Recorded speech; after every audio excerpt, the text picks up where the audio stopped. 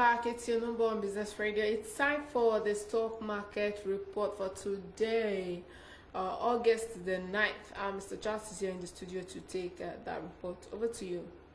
Yes, thank you very much, Gina. It's the first trading day for the week, and everybody is set well for the week. But before I go on to the report, I just want to chip in something because, well, the stock market itself has its own behavior. There's the psychology of the stock market. But you see, finance professionals will not tell us that. They just think after doing all the analysis, using spreadsheets, financial modeling, and at the end of the day, financial engineering, you just take a decision. But over time, we have discovered that decisions you make in terms of your finances, they are not rational. Because if it is rational, if a stock is going up, you expect those who have it to sell and make money, but they will not. They will keep holding on to it, you know. But all the finance theories, principles, they are assuming that investors are rational. But over time, we have discovered that they are not rational. Even those ones that even propagate those models, financial model that we use to predict. If I have a financial model that look, Gina, this is my model.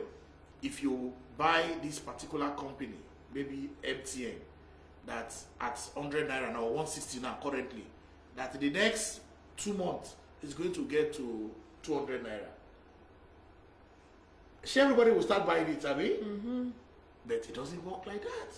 We've seen over time that you are saying in 2 months' time, but immediately you just mention that the next day, the price of that MTN will go to that price you are predicting in the future. So you can see that investors, even if they take decision, financial decision, investment decision, it is based on biases. It is based on some bit of psychology. So, and that is why you begin to see this movement that we see in the stock market.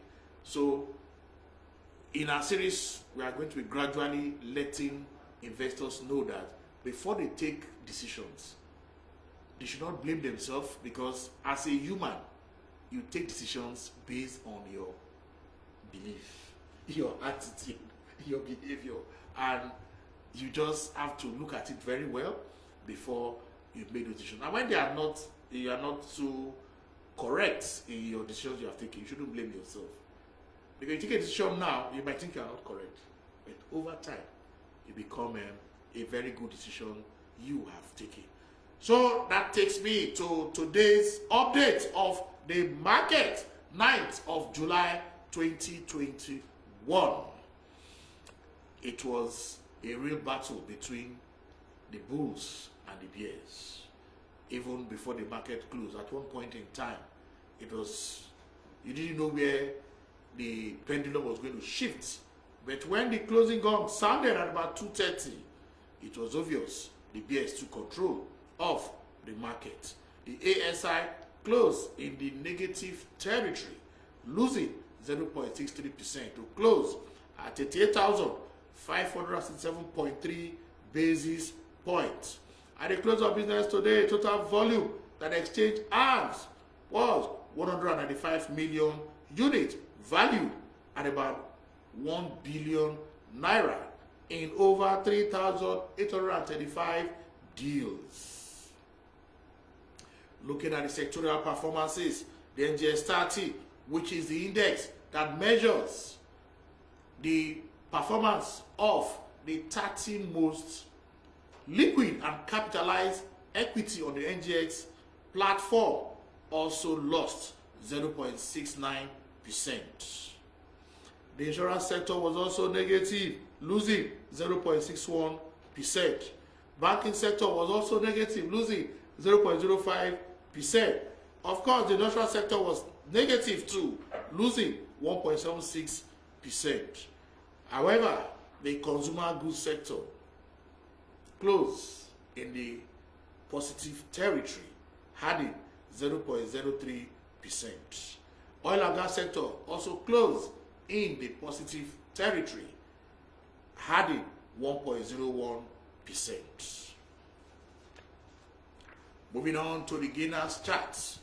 Topping that chart is, of course, the integrated energy company, Cone Oil, which added 9.83% to close at 22 naira 35 kobo. Northern Nigeria Flour Mills added 9.76% to close at 6 naira 75 kobo. On that list, we also have Sky Aviation, which added 9.18% to close at 3 naira 45 kobo. Academic Press also made the list of gainers, adding 7.89% to close at 41 kobo. We also have Suno Assurance, adding 4.44% to close at 47 kobo. Making the gainers chart, we have the likes of Julius Berger, Dangote Sugar, GTCO, Access Bank, all made the list of gainers today. Looking at the decliners chart, the laggard, the losers, topping that chart is UPL, losing 9.79% to close at 1 naira 29 kobo. We also have Linkage Assurance losing 7.81% to close at 59 kobo. Of course, the uniform men were there. Nigerian Police Microfinance Bank lost 4.26% to close at 1 naira 83 kobo. We also have the insurer, Veristar Scar, lost 4.17% to close at 23 kobo. The business solution people, Codfield, also made the losers chart, losing 4% to close at 24 kobo. Also on that losers chart, you had the likes of Dangote Cement, Flour Mills, which all contributed to the market closing in the negative territory. In the news, we have the likes of Shellera that have sent their earnings report to the market, and of course, the market is awaiting